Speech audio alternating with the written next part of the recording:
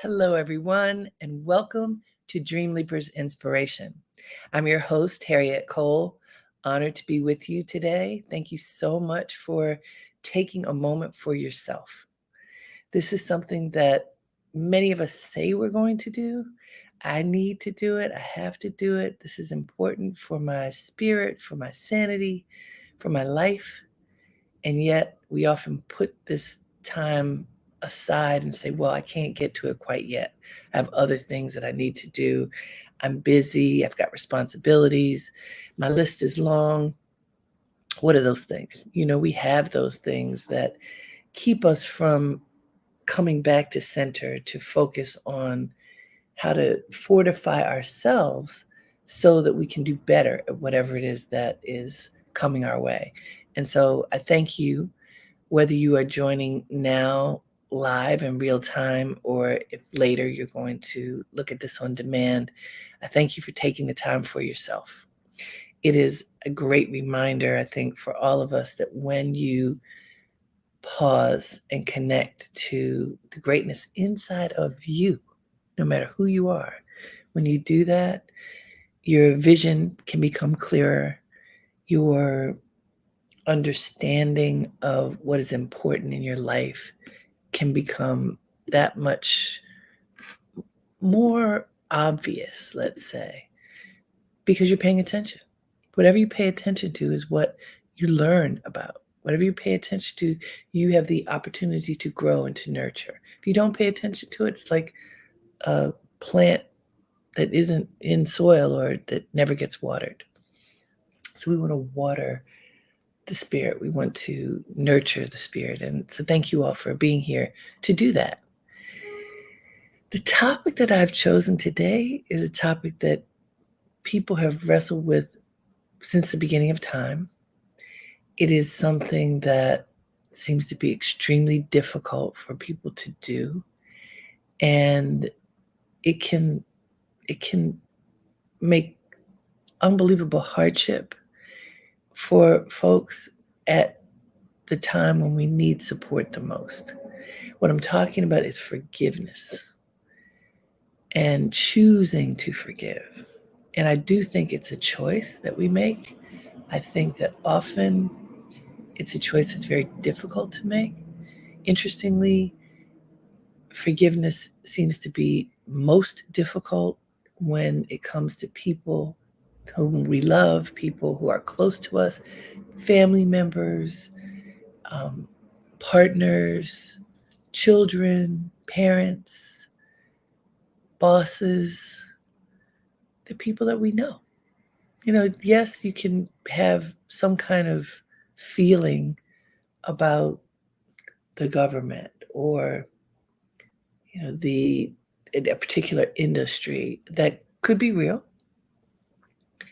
But I think most of the time we find it difficult to forgive people that we love, people that we care about, because they're the ones who count the most. They're the ones who we think about them. We trust them. We believe that they should understand us. And we believe that they should treat us in a particular way.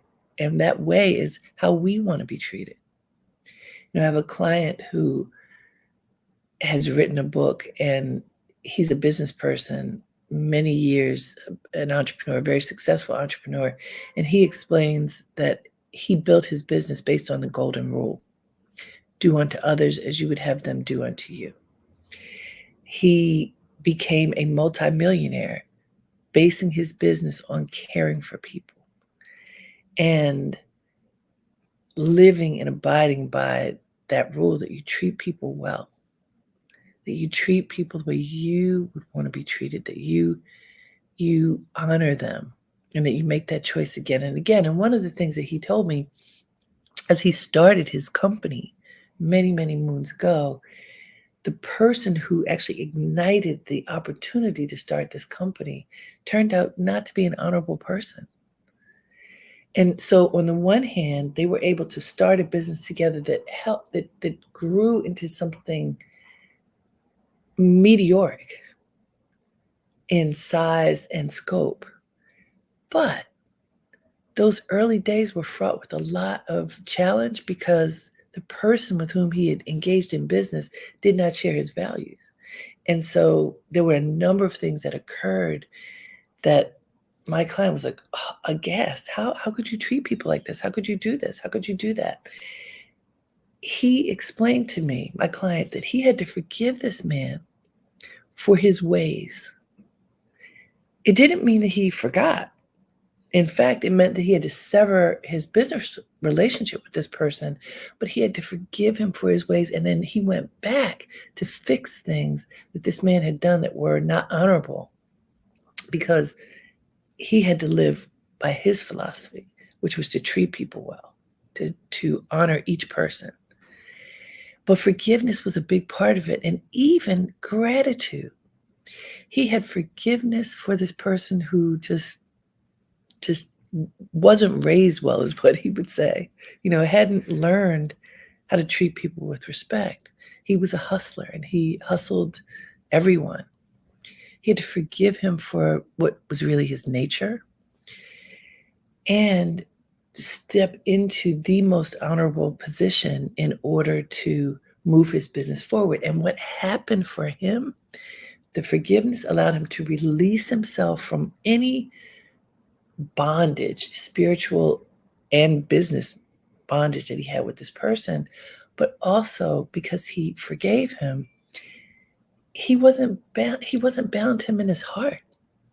He just wished him well, thanked him for creating an opportunity that got him into the business world, and kept on moving.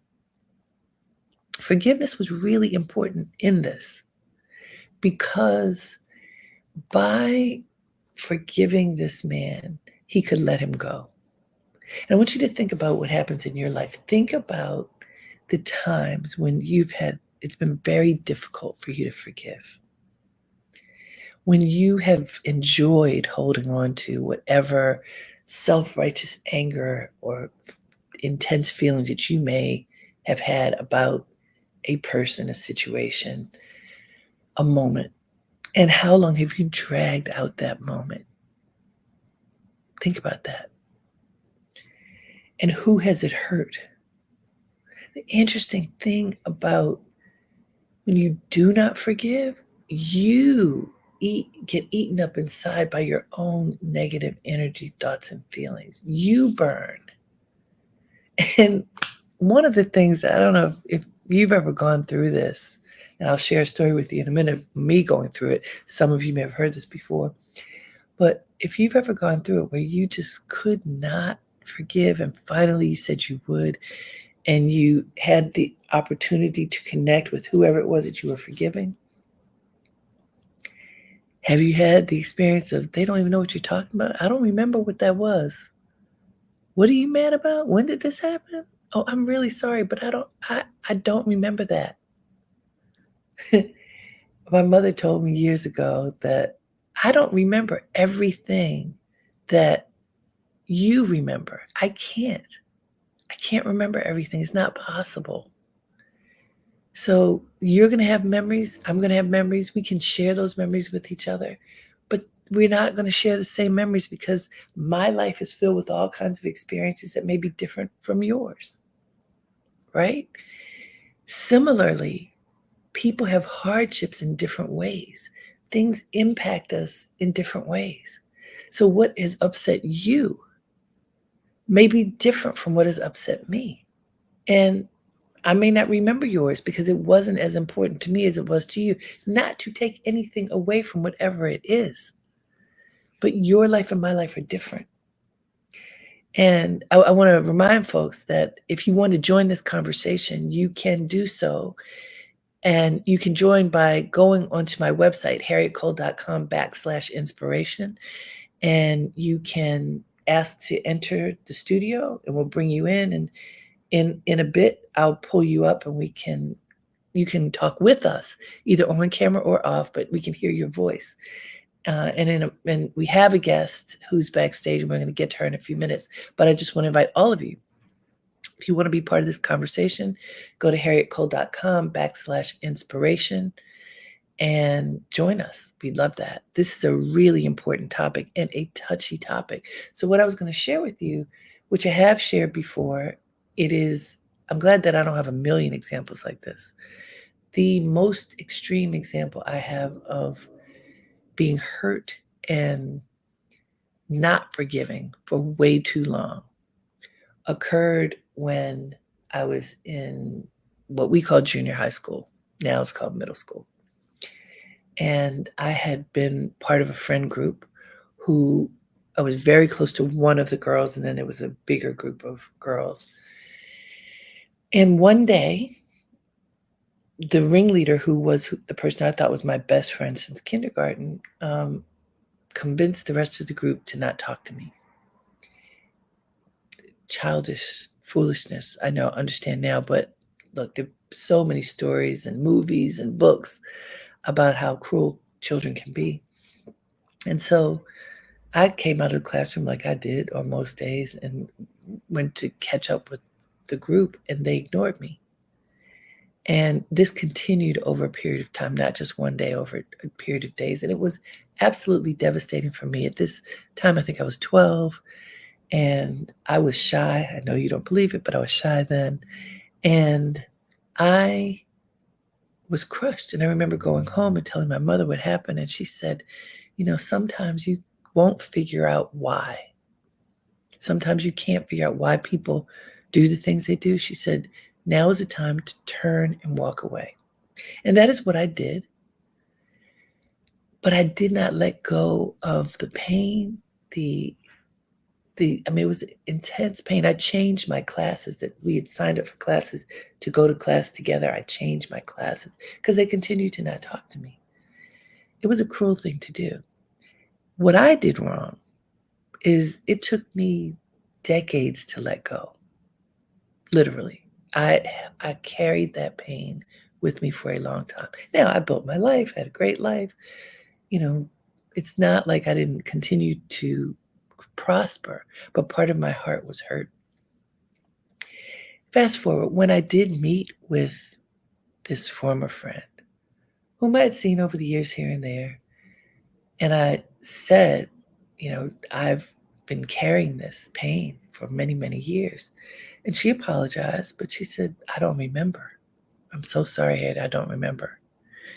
And she went on to say some other things that what her family life was like at the time, including that her father was an alcoholic and sometimes children of alcoholics behave badly.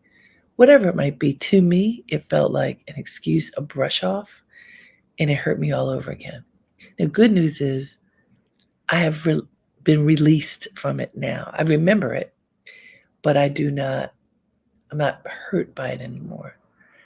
Thanks to talking to my dearest friend from home who helped me to work through it, and therapy. Why do I mention this? Because holding on to a grudge, holding on to pain hurt me. She didn't even remember. She did not remember. I remembered. It was hurting me, only me.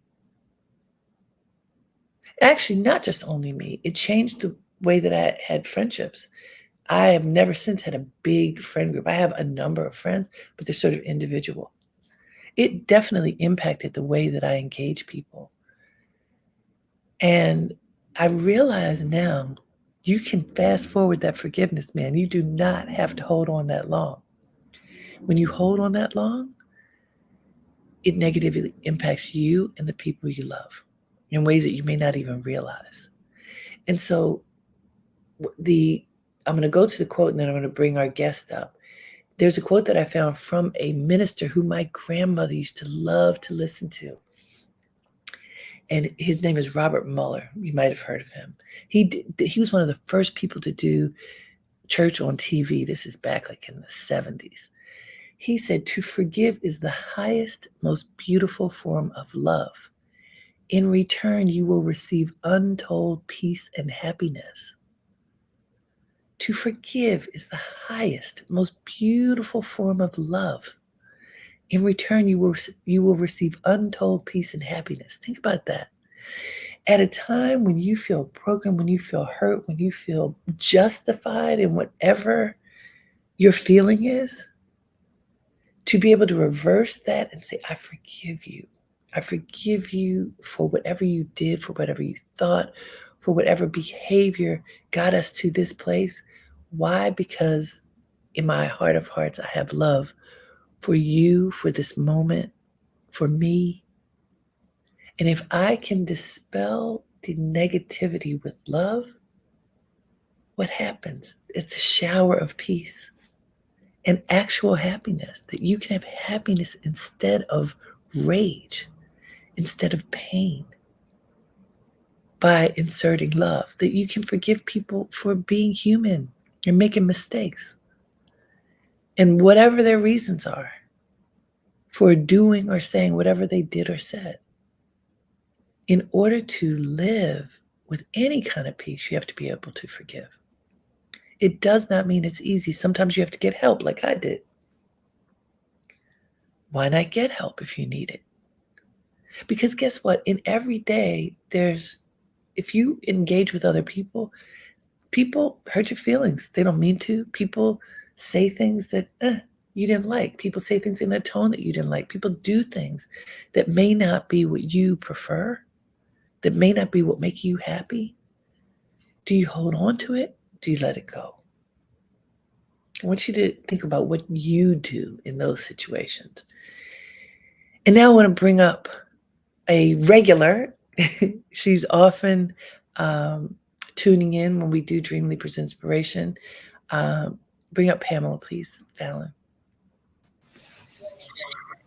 Hi. Morning. Good morning. Do you want to turn your camera on? I have to get another computer. It's something with my camera. I would be honored to have my camera on. So it's But it's not. not working, huh? It's not. It's not. Well, So what do thank you you. want? Do we call you Pamela? Is that your name? It is. It is. It is. Well, You can good call me. morning. Good morning, Pamela. And tell us what does this make you think about when we talk about forgiveness? It's one of those super touchy subjects for most people. Well, first of all, I want to thank you again. I shared with you and your team previously that this is part of my morning meditation, Thank you. and forgiveness is a very touchy subject for me because I am on that journey. Mm, Um, I wrote down some of the things that you stated, and it's really amazing because it's very difficult. I've learned that it's very difficult, or it was difficult, to forgive people that I really loved. It's mm, different when people that you're not connected to. There is no level of commitment. There's no commitment, there's no connectivity. But I'm learning the importance to unlearn my interpretation of love. mm. As a faith person, you know, I, like the person, the friend, that the client that you reference, I'm committed to treating people the way that I would want to be treated. Yeah, But from a mature spiritual perspective, we really don't learn when things are always going well. So I realize that's that, true. That's very true. yeah, I'm working on it. And I thank you for contributing to this growth. But I realize that forgiveness, and I wrote this down, it helps me honor myself, my divine self. Mm, And I was unforgiving toward these relatives because I was expecting them to provide for me something that they didn't have. ah, understood. you And know. what made you realize that you had to change? Um, in addition, you know, prayer is my and also education is my compass of learning. But what I do know about God, the God in us, at some point, the God in us, the divine in us arise and provokes us to take our rightful place. Mm, And our rightful place is not sobbing or not excuses or not victimization or that mindset. mhm, So, and I also journal, and I got tired of being, I'm not a pitiful person. Uh, you know, so and being raised by my grandparents culturally from the South, I came from that environment. No matter how your family treats you, baby, they family and God, and that's not divine. So my epiphany was I wanted to become a better person. mm, And becoming a better person takes work, and I had to realize I did not blame anything on them. I had to unlearn my interpretation of love. hmm. Yeah, and that So love what so began what with does that let's dive into that a little bit. What does that mean? What was your interpretation of love that you had to let go of? giving unselfishly, not allowing myself to be an airport and everyone landing on me, but giving unselfishly. And not so much people pleasing, but just making sure that everyone was okay and I wasn't okay. Mm, And there was a scripture that helped me. Thou shalt love the Lord thy God with all thy heart, thy mind, thy soul, and thou shalt love thy neighbor as thyself. And it mm, hit me in my meditation. I don't love myself. I'm right, offering, I'm there for everyone. right. And you So know what? That's a very common thing for women, mhm, I think across the board, believing that we have to take care of everyone. You know, I call this the year of the woman. I think whenever we see a lot of crisis in the world, a lot of uh, uneasiness, imbalance, it's often women who come in to rescue whatever the situation may be.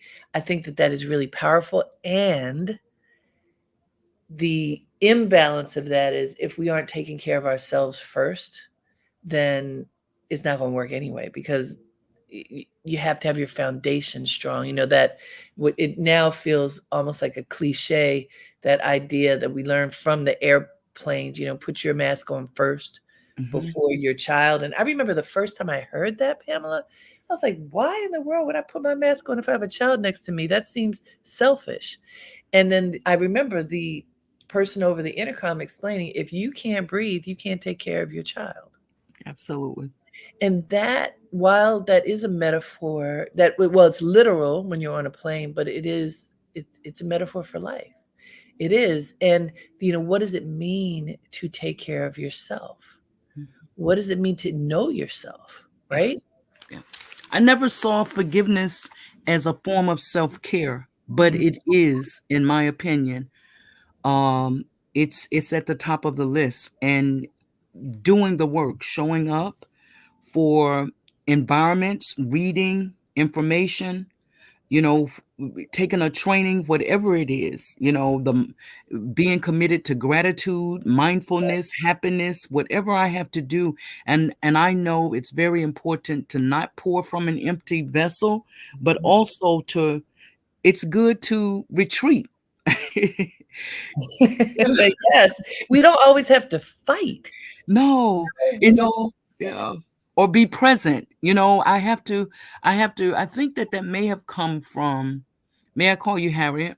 Sure, of course. Yeah, it may have come from like losing my parents at an early age and having to take care of the siblings. So, Mm. you know, being a surrogate. And I was a kid myself, so that this may be a therapeutic moment, but the reality is I always knew that there was more in me that was worth cultivating and developing. That is a beautiful thing, especially when you decide to explore it. You know, I've been practicing meditation now for more than 30 years. And I remember I went to a meditation retreat in 1990. That was the first one I attended. And in this guided meditation, there were all these questions, that we were asked about ourselves, and and it was called the battle that must be fought.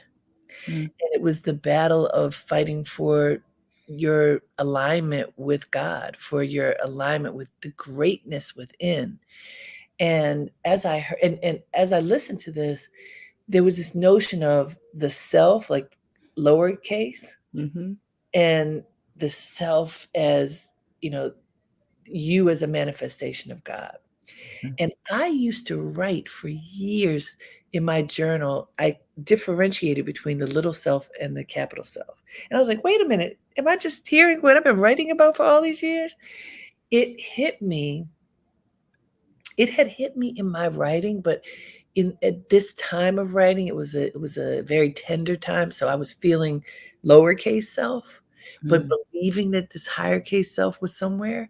And it was stated in this intensive, and I said, "Wow, I ca I this isn't just a thought I have. This is possible, that I can mhm. step into the greatness that is inside of me already, that I can choose to cultivate that as opposed to wallowing in some kind of negative, broken Mhm, kind of energy." mhm, mhm. And as you were saying, you have your daily rituals. It's something you have to work on every day. You don't just say, "I'm gonna do it," and then it's done. Yeah, yeah. It's a knowingness like I know my name. Mhm. And it's a spiritual metamorphosis, and I am at that stage where I know that this caterpillar is dying and Mm, this butterfly is evolving. that's beautiful. And what do you do when you find yourself heated about something and you need to forgive? Because I'm asking this from this perspective for folks who are tuned in. We have many moments when we need to forgive. They happen all the time. And I'm curious as to what do you do? What have you done in recent times when you got hot over something and needed to neutralize it? What did you do? I have this mantra. Thank you. That's a very good question. And I realize whatever it is that you're praying about, when you say to God, I'm ready to change, that change presents itself Mm, center stage. So it's not a coincidence that you're talking right. about this today. So I have this mantra where I say, I choose not to be offended. Oh, And I realize that people are doing the best they can with what they have. And I am not the problem. that is so powerful. And there's a book called The Four Agreements, and one of those four Yes. agreements is to not take things personally. I remember years ago, I was mad at somebody about something. I mean, I thought justifiable anger. I remember the scenario, and the person who was advising me at the time said, "Can you cut that person a break? People do the best that they can. Even if it's not what you need, people are doing the best that they can." And I remember Pamela being that made me even madder. Like, "What do you mean? This couldn't possibly be the best that this person could do." And so the counter was, "Yeah, you may not think so, but in this moment, this is probably all this person can do. So stop being incensed by it." It took me I did not understand that at all. So if there's anybody connected here who's going, "What are they talking about?" Over time, you may come to understand that it really is true. And if you notice your own behavior, sometimes you're really good. Sometimes you're really open and loving and warm and calm. And other times you're brittle. And you're like, "Ooh, is that me?" Oh, you up my roll. Sometimes I have to, I'm holding myself accountable. And I said, you know what? You cannot blame it on that Scorpio that wears that afro and that nameplate that says fight the power. That is not her fault. It's and I want people to give themselves grace to know that sometimes it takes time to be able to see the truth. Like I'm Yeah. saying about this situation when, it's like, well, people do the best they can. I literally didn't understand that probably for a couple of years. This is long ago when it was first said to me and I was mad about something. I'm like, absolutely not. I refuse. I refuse to forgive. I'm not going to forgive. I don't believe that. That was And me. and probably many people who are connected to us. So our time is coming to a close. But Pamela, thank you so much for joining. It was nice to talk to you. It's always a pleasure, and I thank you for the opportunity. If I can, Absolutely. for 1 second, you Sure. said something that just touched something in my spirit. You said, "Take time to see the truth." I Mhm. just finished reading the Four Agreements by It's Don Miguel Ruiz, and I reread recently "Value in the Valley" by Dr. Ayala Van Zandt, and uh-huh. she proposes that if there's a character trait that is underdeveloped or undeveloped, we continue to go around that mountain. We face that issue until we are mature Yeah, enough. And I'm paraphrasing it. yeah, yeah. So thank you for helping me with this forgiveness journey and also becoming a better person. You're mentoring me from afar, and I'm grateful. Thank you. Thank you for joining. Thank you for joining the conversation. And I hope all of you know that if you want to, each week, when we invite you to join, you can go on my website, harrietcole.com/inspiration, and join the conversation if you like. And it's perfectly fine for you to just sit back and listen and hopefully take notes and feed your spirit. Let me remind you of what the quote is today before we depart, just so that you can hear. It's from this wonderful minister, Robert Mueller. To forgive is the highest, most beautiful form of love. In return, you will receive untold peace and happiness. Don't you want that? Don't you want untold more peace and happiness that you can imagine? Don't you want to be showered with that? Like let that be the crystal waters that flow over you and your spirit. I want it. My focus is on peace and joy and abundance. And so I hope that you get those things. And one way for sure that you can get closer is by forgiving yourself for whatever you may have done that is not pleasing to you or others, and forgive others because they really are doing their best, even if it's not enough for you. Until next time, have a great day and make it count. Namaste.